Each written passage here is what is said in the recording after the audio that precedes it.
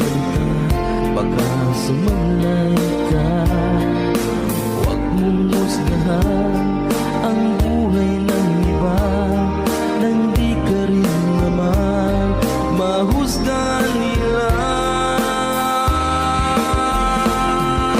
Siya raw ang may sala, akala mo lang yun.